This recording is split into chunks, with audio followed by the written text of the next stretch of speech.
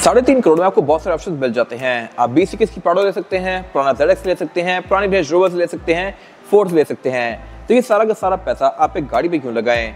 क्योंकि ये गाड़ी वर्थ इट है। किस तरह से वर्थ इट है मैं बताता हूँ। मेरा नाम है जहां भाषणी, ये है E200 AMG 2021 मॉडल और इसकी प्राइस है 3 crore 65 lakh. Let's get started. The Mercedes-Benz E200 is the perfect blend of luxury, performance, and innovation.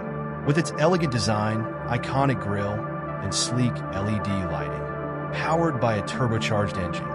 Inside, you'll find a premium cabin with cutting-edge tech, including a digital cockpit and advanced comfort features. Whether it's a daily commute or a long journey, let's explore its standout features.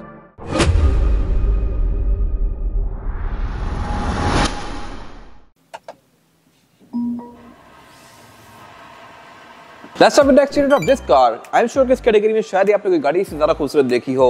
Looks के लिहाज से ये गाड़ी सही पैसे पूरे करती है और ये क्योंकि AMG ट्रिम है तो इसमें कुछ चीज़ें डिफरेंट हैं सिंपल E क्लास से।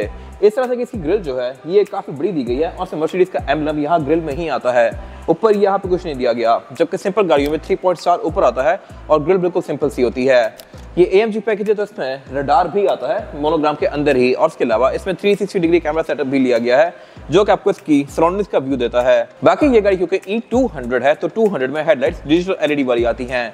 आप जब भी इस गाड़ी को ऑन करेंगे तो इसकी हेडलाइट्स नीचे जाके ऊपर आएंगी और फिर एक ग्राफिक्स से शो करवाएंगी फ्रंट पे, जो कि इसकी फील को काफी जबरदस्त बनाती है। E180 में हेडलाइट सिंपल LED वाली आती हैं।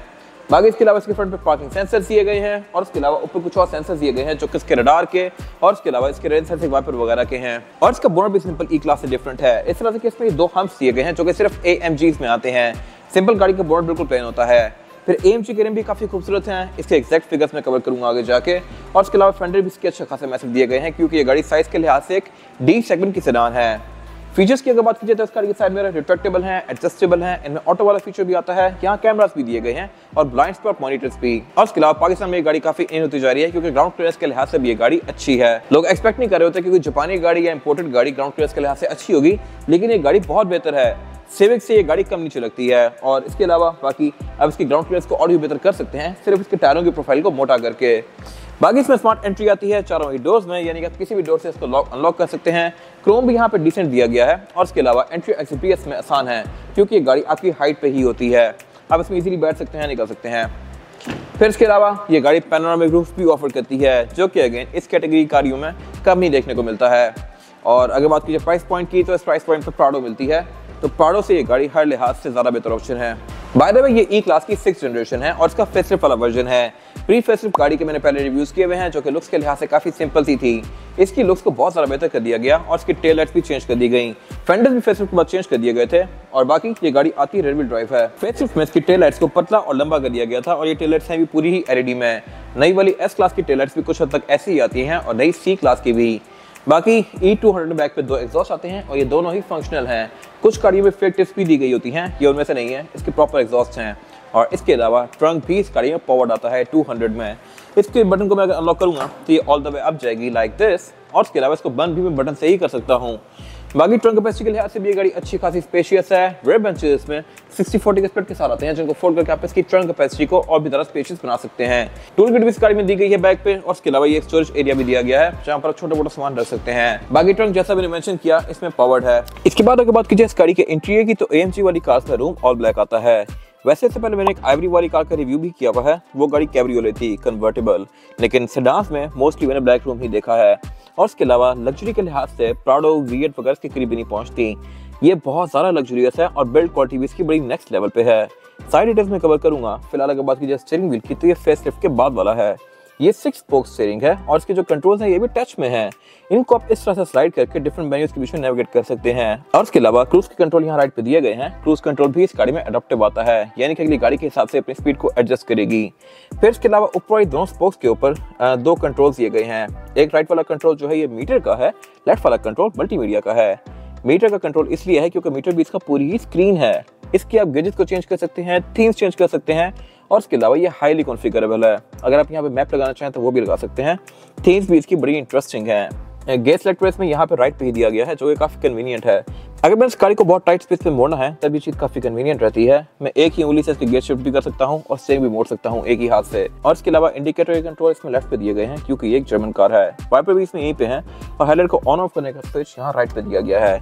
ये भी इंटरेस्टिंग है। इस तरह से कि इसमें ऑटो वाला फीचर तो आता ही है, लेकिन आप एट अ टाइम इसकी एक तरफ की पार्किंग भी ऑन कर सकते हैं। अगर गाड़ी सिर्फ लेफ्ट पे खड़ी हुई है रोड पे, राइट साइड फुटपाथ के ऊपर है, तो आप सिर्फ लेफ्ट की पार्किंग भी ऑन कर सकते हैं। राइट की लाइट्स बंद रहेंगी। ये मैंने पहले कवर की हुई है अपने डिटेल रिव्यूज में। फिलहाल अगर बात कीजिए इस गाड़ी के डैशबोर्ड की, तो ये पूरा ही लेदर की फिनिश में है और E200 में हेड अप डिस्प्ले भी आता है। ये चीज़ वैसे 180 में देखने को नहीं मिलती अनलेस वो डिजाइन और पैकेज या कोई top of the line trim हो। इसमें वो चीज़ ली गई है और आपको ये स्क्रीन के अंदर इसकी बहुत सारी चीज़ें शो करवाती है। बाकी इसके अलावा यहाँ पे काफ़ी बड़ी सारी मैश दी गई है ग्रिल और इसके अंदर इसका सब वूफर आता है। और अगर बात हुई है वूफर की, तो इसका साउंड सिस्टम जो है ये भी बर्मेस्टर का है। ये भी एक एड ऑन फीचर है जो कि इस गाड़ी में लिया गया है। एक्सक्लूसिव पैकेज जो छोटी ट्रिम्स होती हैं उनमें बर्मेस्टर नहीं होता। इसके स्पीकर ये थोड़े से ज़्यादा फैंसी होते हैं। और अगर बात की जाए यहाँ वाले एरिया की, तो इसकी सीट जो है ये इलेक्ट्रॉनिकली एडजस्टेबल हैं। इन सीट्स को मैं बटन से आगे पीछे ऊपर नीचे कर सकता हूँ, लेकिन इसकी एडजस्टमेंट लैंड क्रूजर वगैरह से ज़्यादा है। इसके आप थाई सपोर्ट, लंबार सपोर्ट, हर चीज़ को इंडिविजुअली एडजस्ट कर सकते हैं। और इसके अलावा ये सीट्स हैं भी हीटेड, ड्राइवर की भी और पैसेंजर की भी, और इनमें दोनों ही सीट्स में मैनुअल फंक्शन भी आते हैं। इसके अलावा अगर बात की जाए डैशबोर्ड के सेंटर की, तो ये एक मल्टीमीडिया स्क्रीन दी गई है। ये स्क्रीन टच में है, जबकि ये स्क्रीन हर गाड़ी में अलग अलग आती हैं। अगर आपको कोई छोटा पैकेज है जैसा कि एक्सक्लूसिव, तो उसकी स्क्रीन भी छोटी सी होगी। फिर अगर आपका कोई इवन 80 का वर्जन है तो उसमें ये स्क्रीन होगी बड़ी, लेकिन टच में नहीं होगी। इस गाड़ी में टच में भी है, जिसको आप इस तरह फिंगर से यूज कर सकते हैं। ये भी एक अच्छा फीचर है। जिन गाड़ियों में स्क्रीन टच में नहीं होती, उसकी स्क्रीन को यूज करने के लिए यहाँ पे ट्रैक पैड दिया गया होता है। वो ट्रैक पैड इसमें भी है। बाकी इसके अलावा स्क्रीन से आप इसकी बहुत सारी चीजें एडजस्ट कर सकते हैं। इसमें Bluetooth, aux, navigation, USB, Android auto, Apple CarPlay, ये सब कुछ आता है। 8 स्पीड के टर्बाइन डिजाइन में है। और इसके अलावा एम्बिएंट लाइटिंग भी इसकी काफी इंटरेस्टिंग है। इस तरह से कि काफी ब्राइट है और इसके अलावा बहुत सारा है। ये है भी काफी थिक और इसके कलर्स को भी आप RGB कलर्स में स्विच कर सकते हैं। और इनके अलग अलग जोन्स भी हैं, लाइक यहाँ की अलग है, पाँव की अलग है, और इसके अलावा ऊपर वाले एरियाज की अलग एम्बिएंट लाइटिंग है। बाकी इसके अलावा फिर यहाँ पे कोई क्लॉक नहीं दी गई, ये भी एक एड ऑन फीचर होती है। और पीछे फिर इसके कप होल्डर्स दिए गए हैं और वायरलेस चार्जर दिया गया है। सेंटर कंसोल इसका स्पेस के लिहाज से डिसेंट है। यहाँ पे 2 C2C पोर्ट्स दिए गए हैं जहाँ से आप फोन चार्ज कर सकते हैं। सीट्स इसमें थोड़ी ज्यादा ग्रिपी हैं क्योंकि ये AMG ट्रिम है। इसकी साइड काफी अंदर आई हुई है, जबकि डिजाइनर वगैरह में ये इतनी अंदर नहीं होती। ये सीट्स पूरी ही लेदर की फिनिश में है। इसमें कुछ अल्कंटारा वाली कार्स भी आती हैं। और इसके अलावा बाकी विंडोज में चारों ही सिंगल टैप वाली हैं। डोर पैनल्स भी काफी लग्जरियस हैं। वैनिटी मिरर्स में ड्राइवर और पैसेंजर दोनों के लिए आते हैं विद लाइट्स जो ऑटोमेटिकली ऑन होंगी।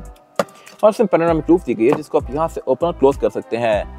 रियर व्यू मिरर्स का ऑटो डिमिंग वाला है। और अब अगर बात कीजिए इस गाड़ी में रियर पैसेंजर्स के लिए सीटिंग कैपेसिटी की, तो ये बैक पे कोई बहुत ज्यादा स्पेशियस नहीं है। 2 लोग यहाँ पे कंफर्टेबली बैठ सकते हैं, लेकिन थर्ड पर्सन नहीं आएगा क्योंकि इसमें फ्लोर पर फ्लैट नहीं आता और सेंटर में सीट भी नहीं दी गई। ये एरिया है तो सही, लेकिन ये सीट नहीं है प्रॉपर। साइड की उठी हुई है, दरमियान में काफी छोटी सी जगह है, लेकिन हेडरेस्ट उसमें 3 दिए गए हैं। अगर 3 बंदे बैठना चाहें तो बैठ जाएंगे। बाकी इसके अलावा सेंटर में सेंटर कंसोल दिया गया है जो कि एज एन आर्मरेस्ट भी यूज हो सकता है। और इसके अलावा इसमें एक यहाँ पे स्टोरेज पॉकेट भी दी गई है। कप होल्डर भी इसमें यहीं पे आते हैं। और बाकी अगर बात कीजिए फीचर्स की, तो ये बैक पे डिसेंट दिए गए हैं। इस तरह से रियर पैसेंजर्स के लिए एयरवेंट्स भी आते हैं, यहाँ पे पाँव भी दिए गए हैं। और इसके अलावा इसमें रियर पैसेंजर की सीट भी हीटेड है। ये भी बहुत कम गाड़ियों में होती है, बट इसमें ये चीज ली गई है। यूजुअली गाड़ियों में बैक पे यहाँ पे कुछ भी नहीं आता। एम्बिएंट लाइटिंग भी इसमें डोर्स में आती है बैक पे। विंडो सिंगल टैप वाली हैं। और इसके अलावा ऊपर यहाँ पे पैनोरामिक रूफ भी दी गई है जो कि इसमें रियर पैसेंजर का व्यू काफी अच्छा बनाती है। बाकी ये सीट्स पूरी लेदर की फिनिश में है। यहाँ पे सीट बेल्ट्स दी गई हैं, आईसोफिक्स के पोर्ट दिए गए हैं। इसके बाद अगर बात की जाए इस गाड़ी के इंजन की, तो इंजन इसमें बहुत सारे ऑफर होते हैं, लेकिन ये स्पेसिफिक गाड़ी 1500 सीसी टर्बोचार्ज्ड है। ये इंजन इनलाइन 4 सिलेंडर है और इसके अलावा ट्रांसमिशन इसमें ECVT आती है। पावर के लिहाज से ये गाड़ी सफिशिएंट है। और इसके अलावा अगर बात की जाए फिगर्स की, तो ये गाड़ी अराउंड 160 हॉर्स पावर प्रोड्यूस करती है। अगर बात की जाए एवरेज की, तो एवरेज के लिहाज से भी अच्छी है। कहने को ये गाड़ी सही लग्जरियस और बड़ी सारी सेडान है, बट स्टिल ये गाड़ी आपको तकरीबन 14-15 की एवरेज दे सकती है, जो कि मेरे ख्याल से बहुत अच्छी है। और सिविक्स भी नहीं देती इवन। बाकी इसके अलावा इसका इंजन बे काफी टाइटली पैक्ड है और ये नीटली पैक्ड है। प्रॉपर यहाँ पे इंसुलेशन दी गई है, कवरेज दी गई है, प्लास्टिक दिए गए हैं। और इसके इंजन बे में आपको एल्यूमिनियम बहुत सारा नजर आएगा। ये एल्यूमिनियम बेसिकली इसलिए है कि ये एक तो वेट रिडक्शन में काफी हद तक हेल्प करता है। और इसके अलावा ये होता भी काफी ज्यादा रिजिड है एज कम्पेयर टू आयरन, और इसके अलावा ये होता भी थोड़ा सा महंगा है, बट स्टिल यहाँ पे कॉस्ट कटिंग नहीं की गई और मटेरियल्स फिट रखे गए हैं। बाकी इसके अलावा इसकी कॉस्ट ऑफ रनिंग भी कोई बहुत ज्यादा नहीं है। ये इंजन मर्सिडीज की काफी सारी गाड़ियों में आता है, तो इसके पार्ट्स की सोर्स करना इतना मुश्किल नहीं होगा, और शाहनवाज भी पाकिस्तान में ऑपरेट करता है, तो इसके पार्ट्स भी आपको इजीली मिल जाएंगे। बाकी इंजन ब्रेक के अंदर इसके इंसुलेशन दी गई है। बाकी बोनट इस गाड़ी का हाइड्रोलिक से ओपन होता है, यहाँ प्रॉपर इंसुलेशन भी दी गई है। इसके बाद अगर बात कीजिए टायर साइज की, और टायर साइज जो ऑफर करती है ये AMG, आगे है 245, 40 और 19, और पीछे है 275, 35 और 19। इसके टायर स्टैगर्ड हैं, यानी कि आगे से कम चौड़े, पीछे तारा चौड़े, और इसकी वजह यह है कि गाड़ी रियर व्हील ड्राइव है। पिछले टायरों को इसलिए बड़ा रखा गया है ताकि वो सारी पावर को अपडेट कर सकें। बाकी इसके अलावा ये गाड़ी क्योंकि AMG ट्रिम है, तो इसके रिम्स लुक्स के लिहाज से काफी खूबसूरत हैं, और इसके अलावा इसकी फ्रंट डिस्क जो है ये भी वेंटिलेटेड हैं। इनमें पंच होल्स दिए गए हैं जो कि सिंपल कार्स में नहीं आते, और ये हीट को डिसिपेट करने में काफी हेल्प करते हैं। ये था आज का रिव्यू। अगर आपको ये रिव्यू पसंद आया है तो इसको लाइक कीजिए, मेरे चैनल को सब्सक्राइब कीजिए, और अगर आपके पास इस गाड़ी से रिलेटेड कोई भी राय है तो उसको कमेंट सेक्शन में शेयर जरूर कीजिएगा, ताकि वो लोग जो ये गाड़ी लेने वाले हैं वो आपकी राय से फायदा उठा सकें। अपना ख्याल रखिएगा। Thank you.